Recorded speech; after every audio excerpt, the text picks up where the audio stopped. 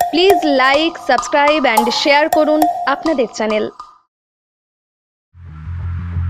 অবৈধভাবে পাকা রাস্তার ধারে গাছ কাটা রুখল পূর্ব বর্ধমানের ভাতারের বলগোনা অঞ্চলের বাসিন্দারা। আমরা যেটা চাচ্ছি যারা গাছ কেটেছে তাদের উপযুক্ত শাস্তি গাছ কাটার সময় যারা গাছ যখন এতগুলো গাছ রেখেছে ওর অঞ্চল প্রেসিডেন্টের গ্রামের কয়েক বছর আগে জব কার্ড হোল্ডারদের বিভিন্ন গোষ্ঠীর মাধ্যমে লাগানো গাছ কেউ বা কারা দিনের আলোতে প্রশাসনকে বুড়ো আঙুল দেখিয়ে কেটে নিচ্ছিলেন। সেই সময় বলগোনা অঞ্চলের বাসিন্দারা কার দ্বারা এই গাছ কাটা হচ্ছে জানতে চাইলে বলগোনা অঞ্চল তৃণমূল কংগ্রেসের সভাপতি প্রণব পাজার নাম নেন গাছ কাটতে ব্যস্ত কর্মীরা। সরকারি গাছগুলো যে রাস্তার ধারে কাটছো কার পারমিশনে কাটছো? প্রণব কে অঞ্চল প্রেসিডেন্ট প্রণব পাজা? তো প্রণব পাজা তোমাকে গাছ কাটতে অনুমতি দিয়ে দেয়? সরকারি কোনো পঞ্চায়েতে টেন্ডার না করে গাছ কাটছে?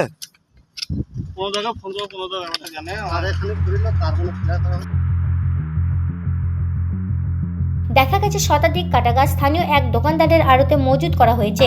উপস্থিত গ্রামবাসীরা সমগ্র বিষয়ে বন দপ্তরের আধিকারিকদের জানালে পরিস্থিতি কি খতিয়ে দেখতে উপস্থিত হন বন দপ্তরের কর্মীরা। সাধারণ মানুষের যে দাবি ছিল সেই দাবিকেই মান্যতা দিলেন উপস্থিত বন দপ্তর এর কর্মী বঙ্কুধর মাঝি। তিনি জানান বিনা অনুমতিতে এই গাছ কাটা হয়েছে, অবশ্যই নির্দিষ্ট পদক্ষেপ গ্রহণ করা হবে। ফিল্ডে এসে গাছ কেটে পড়ে আছে আমরা দেখলেন? হ্যাঁ, ফিল্ডে এসে দেখলাম গাছ কাটা পড়ে রয়েছে। MGNREGS প্রকল্পে যারা জব কার্ড হোল্ডার তারা এই গাছ লাগিয়েছিলেন এবং তাদেরকে না জানিয়ে এইভাবে গাছ কেটে দেওয়া হচ্ছে। এটা কি তারা গাছ কাটতে পারে? কি পঞ্চায়েত কাটতে পারে? এইগুলো সমস্ত পারমিশন করাতে হবে, পঞ্চায়েত পারমিশন করাতে হবে, ফরেস্ট পারমিশন করাতে হবে, আরও উচ্চপক্ষ যে অফিসার আছে তাদের থেকে আরও কিছু পারমিশন করিয়ে তারপরে এই গাছগুলো কাটার উপযুক্ত জায়গায় হলে তবে কাটতে দেবে, নাহলে নচেত দেবে না। এই মুহূর্তে আমাদের যে কি আছে খবর, এই গাছ কাটার কি কোনো কি পারমিশন ছিল, কোনো অনুমতি নাই? উইদাউট বিনা পারমিশনে গাছগুলো কাটছে। ঠিক আছে, ওই যে গাছ কটা যেটা ছবি করলাম ওই মাল কটা যেন তুলে না নেয়। তুলে নিলে প্রণব পাজা তুলাবে আর কেউ তুলাবে? ওটা একটু দেখবেন, যদি তুলতে যাই ধরুন আবার খবর দেবেন। আমরা জানবো কি করে যদি রাতের অন্ধকারে তুলে? আমরা তো রুজে আছি। জব কার্ড হোল্ডাররা যে সময় এই গাছে লাগিয়েছিলেন তাদের সঙ্গে ঠিক হয় প্রাপ্তবয়স্ক গাছ বিক্রির পর নির্ধারিত মূল্যে 75% গাছ লাগানো ব্যক্তিরা এবং 25% পঞ্চায়েত পাবে। সম্পূর্ণ এই বিষয়কে অগ্রাহ্য করেই তোড়জোড় করে বেশ কয়েকদিন ধরেই গাছ কাটা চলছে স্যালেন্ডা গ্রামে। সেটা এখনো তো আমরা কিছু জানতে পারছি না। গাছগুলো কাটছে, আমি সেদিন কালকে জিজ্ঞেস করছিলাম তো কিছু বললো না, আমি চলে গেলাম। কারা গাছ ছিল গাছ? এই একটা এখানে আমাদের গ্রামে একটা ছেলে। মানে দেখেছেন আপনি, চোখে দেখেছেন গাছ কাটা? হ্যাঁ, গাছটা লাগিয়েছিলাম তো ধরুন আমাদের যত কোনো গ্রুপ আছে সেসব গ্রুপে সবাই মিলে লাগিয়েছে। জব কার্ড হোল্ডার, জব কার্ডে মানে তার মধ্যে থেকে আমার বাবার নাম আছে। যখন গাছ লাগানো হয় তো তখন কি বলা হয়েছিল আপনাদের? বলা হয়েছিল যে পঞ্চায়েত থেকে যে 75% আপনাদের, 25% পঞ্চায়েতে। মানে 75% আপনারা পাবেন, মানে যারা গাছ লাগিয়েছে, হ্যাঁ।